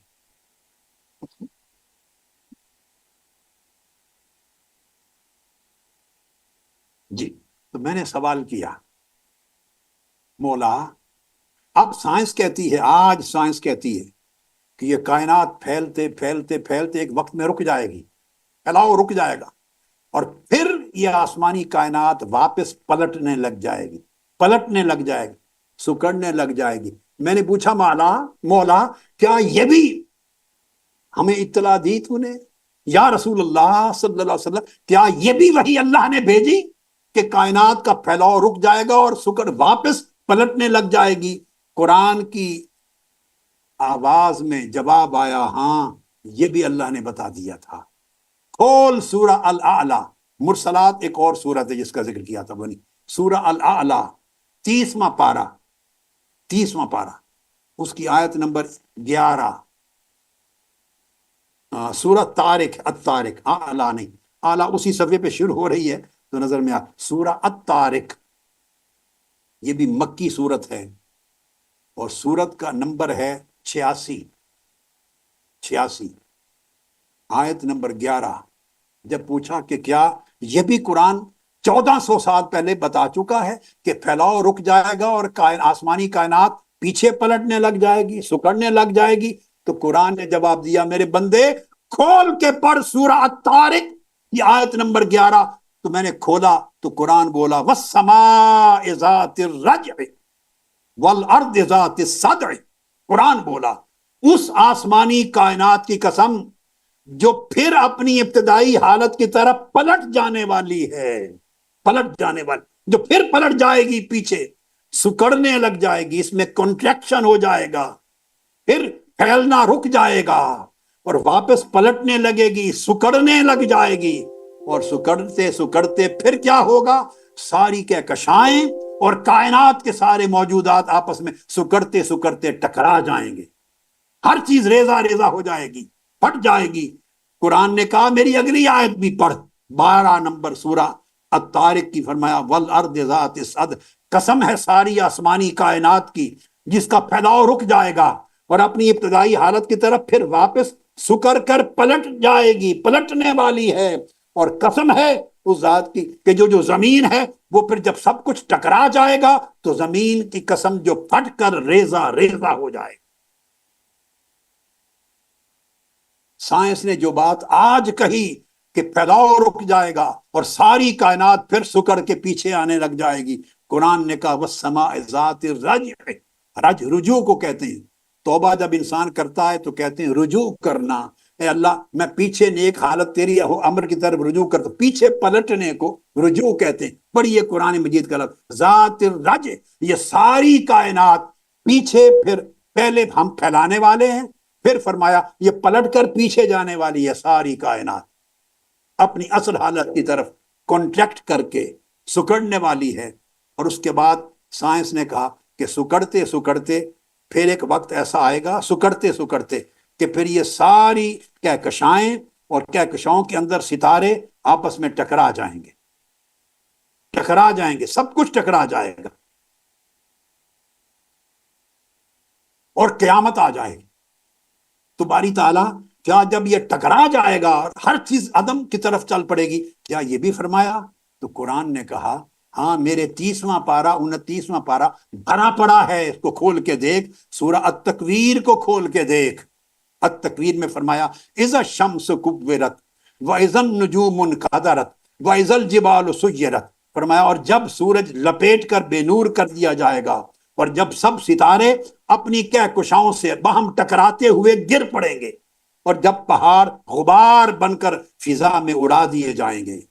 پھر قرآن نے کہا میرا سورہ الانفطار کی سورہ پڑھ، اذا السماء انفطرت واذا الکواکب انتصرت، اور جب سب آسمانی کائنات کے کرے پھٹ جائیں گے اور سارے سیارے ستارے بکھر جائیں گے، کواکب انتصر بکھر جائیں گی، کہکشائیں بکھر جائیں گی، ستارے سیارے آپس میں ٹکرا جائیں گے، کہکشائیں آپس میں ٹکرا جائیں گی، اور ٹکرا کے ہر چیز بکھر کے گر جائے گی۔ اور پھر میں نے کہا اور اے قرآن اور اس کی وضاحت کر۔ قرآن نے کہا میری سورہ انشقاق پڑھ، اذا السماء انشقت واذنت لربها وحقت واذا الارض مدت، جب سب آسمانی کرے پھٹ جائیں گے اور ہر کوئی انشقاق کا امر اللہ کا بجا لائے گا اور زمین ریزہ ریزہ ہو کر پھیلا دی جائے گی۔ یہ قرآن نے کہا، یہ سارا یعنی ذکر اللہ پاک نے اس کا قرآن مجید میں تفصیل کے ساتھ کر دیا، اور یہ ساری کائنات کا پھیلتے چلے جانا، پھر آپس میں سکڑ جانا، اور سکڑنے کے بعد پھر سورج چاند، اب تو ہر کوئی اپنے راستوں پر چلتا ہے، پھر یہ راستوں سے ہٹ جائیں گے، ٹکرا جائیں گے، جڑ جائیں گے، ان کی روشنیاں ختم ہو جائیں گی، جو گیسیں جل رہی ہیں وہ ختم ہو جائیں گی، یہ سائنس بتا رہی ہے۔ میں نے پوچھا یہ بھی ہے قرآن میں؟ قرآن سے پوچھا، اس نے کہا ہاں، میری سورہ القیامہ پڑھ، قیامت کیا ہوگی؟ فرمایا وخسف القمر وجمع الشمس والقمر، وہ وقت آئے گا جب آنکھیں چندیا جائیں گی، چاند اپنی روشنی کھو دے گا، اور سورج اور چاند اکٹھے ٹکرا جائیں گے اور بے نور ہو جائیں گے، آپس میں ٹکرا جائیں گے اور بے نور ہو جائیں گے، یہ قرآن نے کہا۔ اور پھر اور وضاحت، تو قرآن نے کہا میری المرسلات پر، سورہ المرسلات آیت نمبر 8 9 10، فَإِذَا النُّجُومُ طُمِسَتْ وَإِذَا السَّمَاءُ فُرِجَتْ وَإِذَا الْجِبَالُ نُصِبَتْ وَإِذَا الرُّسُلُ أُقِّتَتْ لِأَيِّ يَوْمٍ أُجِّلَتْ لِيَوْمِ الْفَصْلِ وَمَا أَدْرَاكَ مَا يَوْمُ الْفَصْلِ۔ اور پھر جب ستاروں کی روشنی زائل ہو جائے گی، ستارے چمکنا بند ہو جائیں گے، اور آسمانی کائنات میں شگاف ہولز ہو جائیں گے، پہاڑ ریزہ ریزہ ہو کر اڑا دیے جائیں گے، اور ہر وقت کے پیغمبر اس وقت اپنی امتوں پر گواہی دینے کے لیے آئیں گے، قیامت کا دن بپا ہوگا، اور وہ قیامت کا دن ہے۔ اور دوسری جگہ فرمایا جو ہم کہہ رہے ہیں یہ دن واقع ہو کر رہے گا، سائنس آگے بڑھتی رہے گی، جو جو میرے مصطفیٰ نے فرما دیا تھا اور جو جو ہمارے قرآن نے بتا دیا تھا 1400 سال قبل، جو جو سائنس کو ترقی ملے گی، ایک ایک حقیقت قرآنی کی تصدیق کرتی چلی جائے گی، ایک ایک حقیقت قرآنی کی تصدیق کرتی چلی جائے گی۔ جو علم محمد مصطفیٰ صلی اللہ علیہ وسلم نے عطا کیا، سائنس کی جیسے جیسے ترقیاں ہوتی چلی جائیں گی، وہ ایک ایک علم کے گوشے کی شہادت اور گواہی بنتی چلی جائے گی، اور وہ وقت آئے گا ہم تو نہیں ہوں گے کہ ساری سائنس در مصطفیٰ پہ سجدہ ریز ہو جائے گی۔ وہ کہے گی اس خدا کے وجود کا ذکر جو قرآن نے کیا تھا، ہم خدا کو تو نہیں پا سکتے، نہ کوئی انسان پا سکتا ہے، مگر ہم نے اس کی نشانیاں پا لی ہیں، اور پچھلی صدی سے نشانیوں کا پانا شروع کر دیا ہے، اور ساری نشانیاں بولتی ہیں، سب نشانیاں بولتی ہیں کہ کوئی ایک خالق ہے جس نے کائنات کو بنایا، جڑی ہوئی کائنات کو ایک ایک سے بنایا، پھر اس کو پھوڑا، پھر اس کو پھیلایا، پھر اس کو سکیڑے گا، اور آخر پہ ٹکرا کے سب چیز کا ردم کر دے گا، اور حساب و کتاب کا دن آ جائے۔ اب یہ قرآن مجید کے وہ حقائق ہیں، اگر میرے بیٹوں اور بیٹیوں اور بھائیوں اور بہنوں ان پر غور کریں تو آپ کو معلوم ہوگا اس سوال کا جواب کہ خدا ہے، اور ہم کیوں خدا کو مانیں۔ اس لیے کہ یہ علم 14 صدیاں پہلے خدا کے سوا کوئی اور دے نہیں سکتا تھا، اور اللہ کے برگزیدہ رسول نے، محبوب خدا نے جو علم قرآن کے ذریعے دیا، اس کا ذریعہ صرف اور صرف خدا تھا، اور وہی خدا تھی۔ اللہ سے جڑیں میرے بھائیوں، بہنوں، بیٹوں، بیٹیوں۔ آئیے چند منٹ بات کو، آج کی نشست کو ختم کریں ان لوگوں کے ذکر سے جو اس سے جڑ گئے تھے، جنہوں نے اس کو پا لیا، اس سے جڑ گئے۔ ان میں حضرت ابراہیم بن ادہم بھی ایک۔ حضرت ابراہیم بن ادہم وہ بیان کرتے ہیں کہ میں لبنان کے پہاڑوں میں داخل ہوا، جو لوگ اللہ سے جڑ گئے انہیں یہاں چین ہی نہیں آتا تھا، جنہوں نے اس سے آشنائی کی لذت پا لی انہیں اس اجڑی دنیا میں سکون نہیں ملتا تھا۔ جن کے سجدے اس مالک کے در پر ہوتے اور پردہ اٹھ جاتا تھا، وہ بےتاب رہتے تھے، تڑپتے تھے کہ ایسوں کو جا کے ملیں جو اس سے مل کے آئے ہیں، ایسوں کو ملیں جن کے دلوں میں وہ رہتا ہے، ایسوں کو جا کے ملیں جن کی روحیں ان کے ذکر سے آباد اور شاداب ہیں۔ وہ ان کو دیکھتے تھے، ان کے چہروں کو دیکھنے سے انہیں اپنے محبوب کی یاد آتی تھی کہ جب یہ چہرے اتنے پرسکون، پر لذت اور سرور دینے والے ہیں تو مولا تیرا عالم کیا ہوگا، تیرا عالم کیا ہوگا۔ حضرت ابراہیم بن ادہم کہتے ہیں کہ میں لبنان کے پہاڑوں میں گیا، فیضا انا بشاب۔ اب میں یوتھ لیگ اور ایم ایس ایم کے بیٹے اور وہ بیٹے جن کو میں خطاب کر رہا ہوں، جنہیں واپس بلا رہا ہوں، آ جاؤ، پلٹ کے آ جاؤ اس مولا کی طرف۔ ان بیٹے جوانوں کے لیے کہہ رہا ہوں۔ کہتے ہیں کہ وہ لبنان کے پہاڑوں میں میں نے دیکھا ایک جوان کھڑا، جوان، اور وہ رو رو کے تڑپ کے پکار رہا تھا، کہتا تھا یا من قلبی لہو محب، اے وہ محبوب ہے، وہ ذات جس کے لیے جس کا میرا دل، جس کا محبت کرنے والا عاشق ہے، وہ نفسی لہو خادمۃ، اور میری جان جس کی خدمت کرنے والی ہے، وہ شوقی الیہ شدید، اور میرا شوق جس کی طرف بڑی شدت اختیار کر گیا ہے، متا القا کا، بتا تجھ سے ملاقات کب ہوگی۔ وہ جوان چیختا، زاروں قطار روتا تھا اور پوچھ پوچھ کے کہتا ہے میرے محبوب، اے میری محبت، بتا متا القا کا، تجھ سے ملاقات کب ہوگی۔ ابراہیم بن ادہم کہتے ہیں میں سنتا رہا کچھ دیر اور آگے بڑھا تو فقلت رحمک اللہ ما علامت حب اللہ، میں آگے بڑھ کے اس جوان سے پوچھا، اے جوان بتا اللہ کی محبت کی علامت کیا ہے؟ تو نے محبت کی بات کی ہے، محبت کا ترانہ نغمہ چھیڑا ہے، بتا اس کی محبت کی علامت کیا ہے؟ قال حب ذکر ہی، یہ آپ کو سوال کا جواب ہے۔ ہم ارد گرد کی باتیں کرتے ہیں، beat around the bush, to the point نہیں آتے۔ پوچھا محبت، اللہ کی محبت کی علامت کیا ہے؟ قال حب ذکر ہی، ہر وقت اس کے ذکر کی محبت رکھنا، یہ اللہ کی محبت کی علامت ہے۔ جس شخص کو اللہ کے ذکر میں لذت آتی ہے وہ اللہ سے محبت کرنے والا، جس کو اللہ کی یاد میں سرور آتا ہے وہ اللہ سے محبت کرنے والا، وہی عاشق ہے۔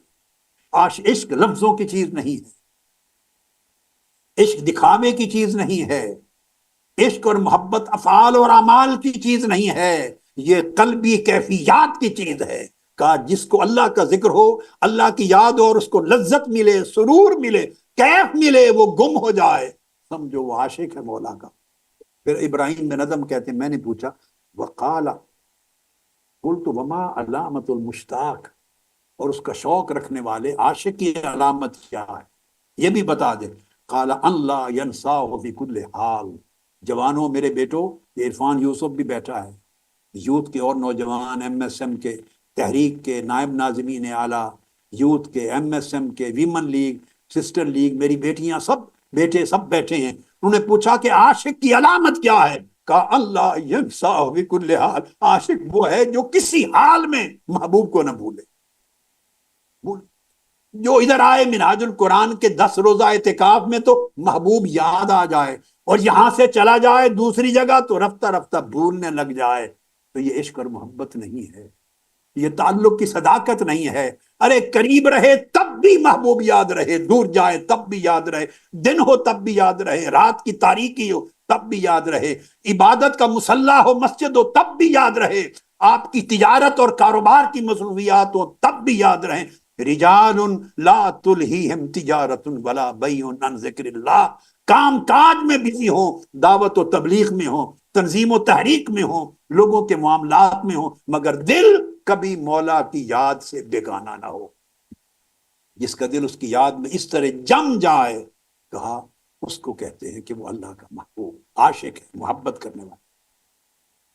اب میں نے بیٹوں کی بات کی، M S M, youth league اور نوجوانوں، اب میں بیٹیوں کی بھی بات کروں، پیاری بیٹیاں، نوجوان بیٹیاں میری، ویمن لیگ اور منائی سسٹرز کی اور چھوٹی۔ حضرت بہت بڑے عارف تھے حضرت فتح الموصلی، حضرت شیخ فتح الموصلی، ان کی 2 بیٹیاں تھیں جوان، جیسے آپ نوعمر بیٹیاں ہیں اور اعتکاف میں آئی ہیں، نوجوان بیٹیاں تھیں۔ بیٹے آپ کو لذت اور سرور عشق الہی کا جگانا چاہتا ہوں، کیفیت بتانا چاہتا ہوں، عشق الہی کیا ہے، اللہ کی محبت کیا ہے، اس کے ساتھ تعلق کی حقیقت کیا ہے، اور جنہیں وہ لذت، وہ عشق اور محبت کی شراب کا گھونٹ مل جاتا ہے، ان کا حال کیا ہوتا ہے۔ یہ نہیں کہتا کہ سب مسترے ہو جائیں، یہ بڑی مشکل ہے، نصیب کی بات ہے، مگر نہیں، وہ جھلک تو کم سے کم کچھ کرنے تو پالے ان کے حال کی، کچھ کرنے۔ حضرت شیخ فتح الموصلی کی 2 بیٹیاں عاشق تھی مولا کی، دونوں بہنیں حج پہ گئیں کہ جا کے مولا کا گھر دیکھیں، محبوب کا گھر دیکھیں۔ جب ان کی آنکھیں بیت اللہ پہ پڑی، کعبہ شریف پر آنکھیں نظر پڑی، قالت احداہما للاخری، ایک بہن نے دوسری بہن کو پکڑا اور اس کی طرف دیکھ کر، چونکہ دونوں عاشق تھی اللہ کی، دونوں بہنیں عاشق تھی، جب عاشق عاشق کو دیکھتا ہے تو اسے، وہ اس محبوب کے عشق میں ڈوب جاتا ہے، چونکہ ہر محبوب سے عشق کرنے والا، اس کا تعلق عاشقوں کا آپس میں جداگانہ ہو جاتا ہے۔ تو بہن نے بہن کو دیکھا، وہ بہن کو نہیں دیکھ رہی تھی، ایک عاشق دوسرے عاشق الہی کو دیکھ رہا تھا، اور پوچھا یا حاضی احاذا بیت ربی، یا ہم اپنے مولا کے گھر تک پہنچ گئے، یہ گھر ہے میرے ہمارے مولا کا۔ اللہ اکبر۔ وقالت الاخری نعم، اس نے کہا ہاں یہی گھر ہے۔ فصاحت صیحتاً وماتت من ساعتها، اس کی چیخ نکلی، وہی روح کفن سے انسری سے پرواز کر گئے۔ متی القاک، تجھ سے ملاقات کب ہوگی؟ اس کی ملاقات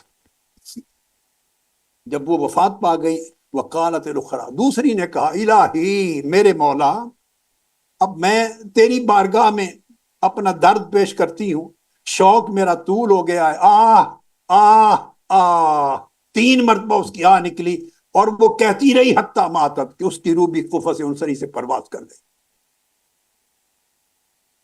اللہ، میں سمجھتا ہوں یہ نہیں کہہ رہا کہ ایسا ہو جاؤ، ایسا نہیں ہونا، یہ اللہ کا امر ہے، جس کو جس کیفیت میں رکھے، جس کو جتنا جذب دے، جس کو جتنی استطاعت دے، مگر ان تجلیات اور کرنوں کو اپنے اندر پیدا کرو کہ اللہ کی یاد آئے تو دل تڑپے، آنکھیں برسیں، اللہ سے تعلق میں صدق اور اخلاص ہو، اور محبوب کو کبھی اور اس کی محبت کو بھولنے نہ پاؤ۔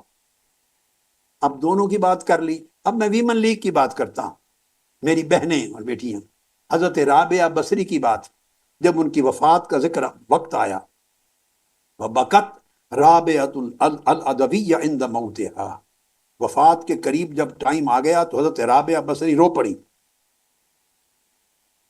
روئی، اور پھر اس کے بعد وضاحکت من ساعتها، اگلے ہی لمحے ہنسنے لگ گئی، پہلے روئی پھر ہنسنے لگ گئی۔ فقیل لها فی ذلک، ان سے پوچھا گیا کیا بات ہے، ابھی آپ روئیں اور اگلے لمحے ہنسنے لگ گئیں۔ فقالت اما بکائی فمن مفارقتی الذکر آناء لیلی و نہاری، ہائے ہائے، کہنے لگی روئی تو اس لیے ہوں، مجھے علم ہے کہ میری موت کا وقت آ چکا ہے، میں دنیا سے رخصت ہونے والی ہوں، روئی اس لیے ہوں کہ وہ لذت جو رات اور دن میں اس مولا کے ذکر کی تنہائیوں میں جو لذت آتی تھی، وہ لذت چلی جائے گی،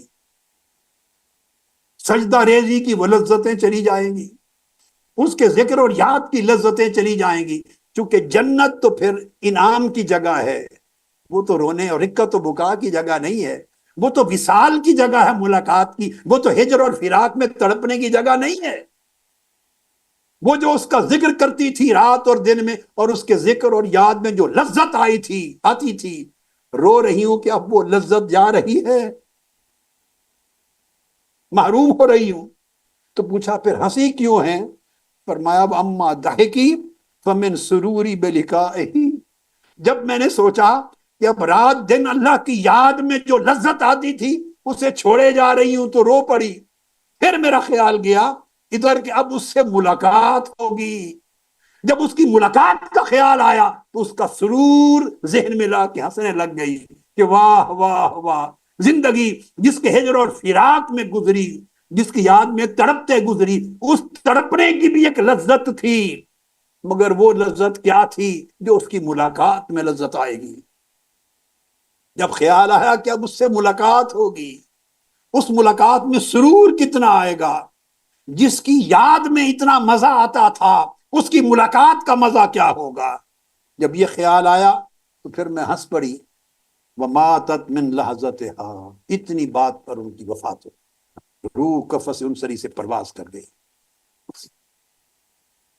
اللہ کے عاشقوں سے پوچھیں تو ان کی ایک زبان ہوتی ہے، میرے بیٹے بیٹیوں، ان کی زبان ہوتی ہے، یہ زبان اپناؤ، ان کیفیات کی لذتوں کو اپنے اندر پیدا کرو، استقامت پیدا کرو، اور صحبت سے کبھی دور نہ ہو، وہ صحبت جو مولا کی یاد دلائے، وہ صحبت جو اللہ کی ذکر کے قریب لائے، وہ صحبت جو اللہ کی معرفت اور پہچان کرائے، وہ صحبت جو اللہ کے در کے ساتھ جوڑے رکھے، وہ صحبت جو معصیت سے دور رکھے، وہ صحبت جو ایمان کو مضبوط رکھے، وہ صحبت جو مولا کے قریب رکھے، اس صحبت سے کبھی دور نہ ہوا کرو، دور رہ کے بھی قریب رہو۔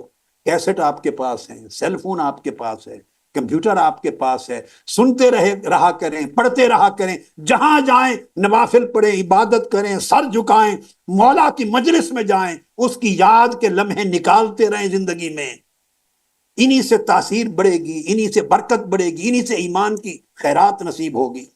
تو عاشق کہتا ہے باری تعالیٰ میں تیری یاد میں تجھ سے عشق کا تعلق بنا بیٹھا ہوں، اب میں تیرے ذکر میں جو لذت آتی ہے اس لذت کو چکھ کر کسی اور کا ذکر کیا کروں گا، اور مولا تیرے تصور میں کہ تیری ملاقات کا تصور ہے، اس کار کو آنکھوں کو جو ٹھنڈک ملتی ہے اب میں کسی اور کو دیکھ کر کیا کروں گا، اور تیرے ساتھ میرا دل جو مشغول ہو گیا ہے اس شغل قلب کی کیفیت میں جو سرور آتا ہے اب میں کسی اور کے ساتھ دل کیسے جوڑوں گا۔ عاشق کہتا ہے میرے مولا عجب تو مجھے تعجب ہوتا ہے اس شخص سے جو تیرے ساتھ مانوس ہو گیا پھر وہ کسی اور سے مانوس کیسے ہوتا ہے، مجھے تعجب ہے جس نے تیری چاہت اور ارادہ کر لیا پھر وہ تیرے غیر کا ارادہ کیوں کرتا ہے۔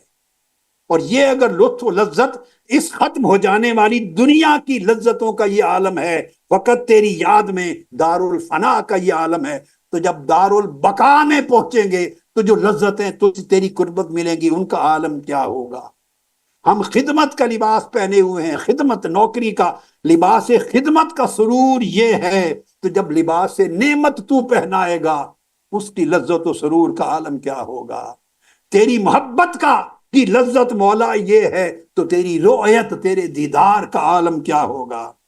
تیرے ساتھ طبیعت کو مانوس کر لینے کی کیفیات یہ ہے تو جب تیری زیارت ہوگی ان کی کیفیات کیا ہوں گی۔ اور مولا تیرا نام پکارتے ہیں، دعا کرتے ہیں، مناجات کرتے ہیں، تیری مناجات کی لذت یہ ہے تو تیری ملاقات کی لذت کیا ہوگی۔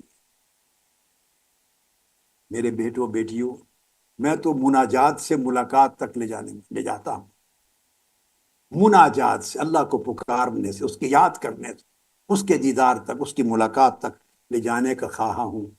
پہلی گفتگو اس لیے کہ اللہ پہ یقین کو پختہ کرنا، ایمان پختہ ہوگا، یقین پختہ ہوگا، آپ کا ایمان متزلزل نہیں ہوگا تو پھر اگلے قدم بھی اٹھیں گے، پھر نماز پہ کھڑے ہوں گے تو وہ وقفہ صلات آپ کا وقفہ ملاقات بن جائے گا۔ اس کو زندگی میں رواں رکھیں۔ نماز کبھی ترک نہ ہونے دیں، مر جائیں۔ آقا علیہ السلام نے مومن اور کافر کا فرق نماز بنایا ہے۔ اگر نماز چھوٹتی ہے، نماز میں کمزوری آتی ہے، تو کوئی فائدہ نہیں تبلیغ کا، تحریک کا، تنظیم کا، مشن کی خدمت کا، دین کی دعوے داری کا، سب لغو ہے۔ جس کا لمحہ نماز چھوٹ گیا، اس کی باقی سب کچھ بیکار ہے۔ نماز کو پختگی سے تھامیں اور نماز میں نماز پائیں، نماز کو ملاقات بنائیں۔ میں اسی بات کو دہرا کے ختم کر رہا ہوں، نماز کو پختگی سے تھامیں اور نماز کو ملاقات میں بدلیں۔ عزیزان محترم، نماز کو ملاقات میں بدلیں، نماز کو ملاقات میں بدلیں۔ اللہ پاک سب کی، ہمارے ایمان کی حفاظت فرمائے، اور آپ کا قیام اور پوری دنیا میں لوگوں کا سننا، دیکھنا اور ان مجالس میں شریک ہونا قبول کرے، اور سب کو ایمان کی مضبوطی دے۔ وما علینا الا البلاغ، والسلام علیکم ورحمۃ اللہ وبرکاتہ۔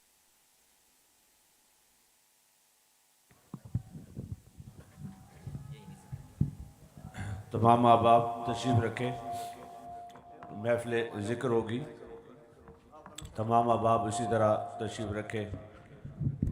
حضور شیخ الاسلام نے ابھی جو مناجات سے ملاقات تک کا سفر فرمایا ہے،